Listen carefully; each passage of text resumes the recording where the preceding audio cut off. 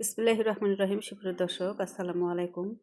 আজকে অনেক সহজ আর অনেক কমন একটা রেসিপি শেয়ার করছি, সেটা হচ্ছে কাঁকরোল ভাজি। এটা সবারই জানা একটা রেসিপি, যেহেতু কমন রেসিপি। আর যারা জানেন তারা ইগনোর করতে পারেন, আর যারা নতুন রাঁধুনি আছেন তারা শিখে নিতে পারেন। আশা করছি কাজে দেবে। তো আমি চলে যাচ্ছি মূল রেসিপিতে। প্রথমে শুকনো মশলাগুলো আমি একটু মিক্স করে নেব। স্বাদ মতো লবণ নিয়ে নিলাম, আমার হলুদের গুঁড়া নিলাম, আর ধনিয়া জিরার গুঁড়া আর মরিচের গুঁড়া পরিমাণ করে নিয়ে নিলাম।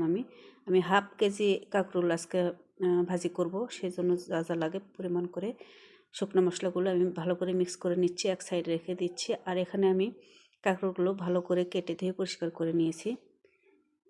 আর শুকনো মশলাগুলো এভাবে দিলে হবে কি, যে প্রত্যেকটা কাঁকরোল ভালো করে মশলা পাবে, মশলা মাখানো হয়ে যাবে এতে করে। তো ভালো করে মিক্স করে মেখে নিচ্ছি মশলাগুলো দিয়ে। আর চলে যাচ্ছি ভাজতে। চুলাটা অন করে পরিমাণ করে সয়াবিন তেল নিলাম।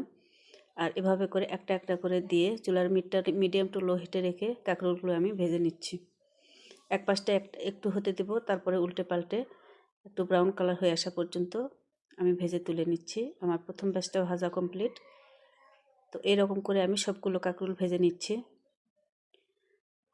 আর এবারে যেটা করব সেটা হচ্ছে একটু স্বাদ বাড়ানোর জন্য আমি 1 কাপ পেঁয়াজ কুচি বেরেস্তা করে ভেজে নেব।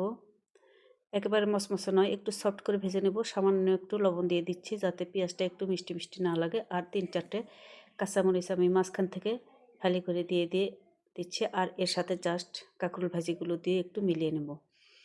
চুলার হিটটা মিডিয়াম টু লো হিটেই থাকবে। এভাবে করে আমি পেঁয়াজ মরিচের সাথে কাঁকরোলগুলো মিলিয়ে তুলে নিলাম পরিবেশনের জন্য।